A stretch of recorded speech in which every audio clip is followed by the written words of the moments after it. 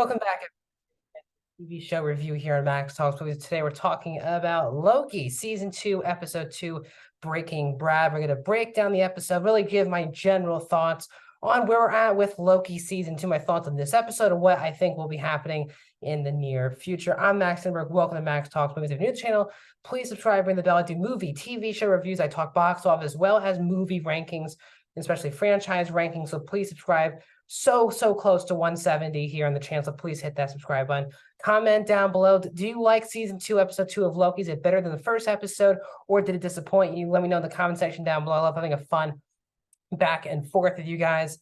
And also, please like the video, the thumbs up button. That's how you support this channel. So usually, if you've been following my channel for years now, when I do these breakdowns of episodes, I really just break down the story, and I just feel like I'm not just giving my general thoughts anymore. I feel like I'm talking more about the episode and breaking down the episode than giving my actual thoughts and review of the episode, because that's what I'm here to do. Is if you're here, you've seen Season 2, Episode 2 of Loki. Why would I just need to break down scene for scene what happens? So I think starting from now, I do want to just start getting my general thoughts on the episode. I'll obviously talk about plot points and things like that.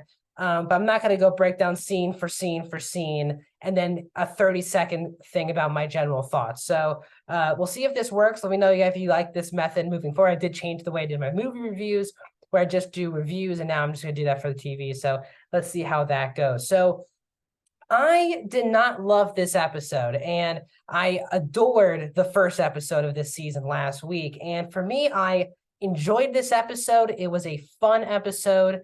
Tom Hiddleston, Owen Wilson, they're a great duo. They're very watchable together. But I just felt like this was a really, for me, badly paced episode of Loki. And I think the biggest reason why, for me, that this is just a badly paced episode is the first. So this episode is 48 minutes long, like 49 minutes long with credits. So it's around probably 42, 43 minutes. And I feel like the first half hour of the episode was really slow, which I do not mind. And I'm gonna get to that in a second. Some people don't like these slow episodes. I like slow builds, but it just felt like we were meandering more than a conscious and necessary slow build. The opening chase scene with Brad Wolf and Loki and Mobius was a lot of fun. It was a great way to kick off the episode. But we spent nearly 2/3 of this episode just getting Brad Wolf and interrogating Brad Wolf. And it's not that Brad Wolf and Rafael Casal is doing a great job performing in this episode, but it's just not an interesting storyline to keep up 2/3, really 3/4 of the episode. It just was not an interesting enough plot line. And it just felt like we were meandering. We ended on such a big note, I think, in episode 1. And I think the biggest reason why I say we're meandering, because the first 30, 35 minutes of the episode is just Brad Wolf. It's finding Brad Wolf and really just interrogating him for minutes upon minutes upon minutes. And it just got a bit repetitive. And then out of nowhere, the last 10 minutes, we're going to find Sylvie. Boom, Sylvie's here. And this is going on. And they're blowing up the timeline. And boom, the episode's over. I felt like the first, as I said, 2/3 of the episode was a slow build, methodical. And then the last 10 minutes was just jam-packed and super rushed.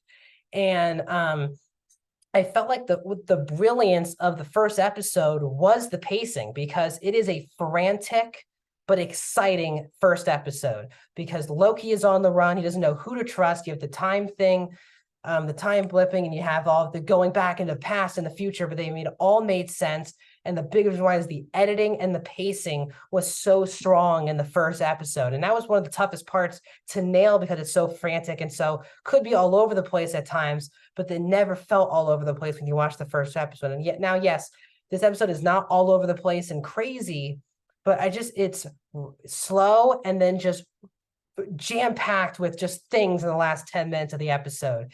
And I think a lot of people who complain about these Disney Plus shows is they need them all to be like an hour long. And again, I just strongly disagree. I think if they wanted to do a Brad Wolf episode, that's fine. Make it like 30 minutes, 35 minutes, 40 minutes. But I felt like they jammed in two completely different episode ideas into one episode. I think they could have had a cliffhanger where Brad Wolf says, I do have Sylvie, or maybe just just chop down some of the Brad Wolf interrogation stuff and bring Sylvie into the episode much earlier. Now again, it was a lot of fun. I think OB's scene was probably my favorite of the episode, where you have the guy who always runs the stuff at the TVA, him and B15 go down, and the guy's like, I've read the whole handbook, and OB's like, that's my handbook, I created it, and he's like, can I have your autograph? And OB keeps saying we're gonna die, and all these things are going on. I really like Sophie DiMartino in this episode as Sylvie. She was really good. She's happy with her life. I thought the best really part of the episode was Mobius's perspective of his place on the sacred timeline, talking with Loki, because it does strike a chord with him of Brad, X5 found his sacred part of the sacred timeline. He loves it. And Mobius doesn't care about where he fits on the sacred timeline. He doesn't care that he was taken from a life, because he doesn't remember it.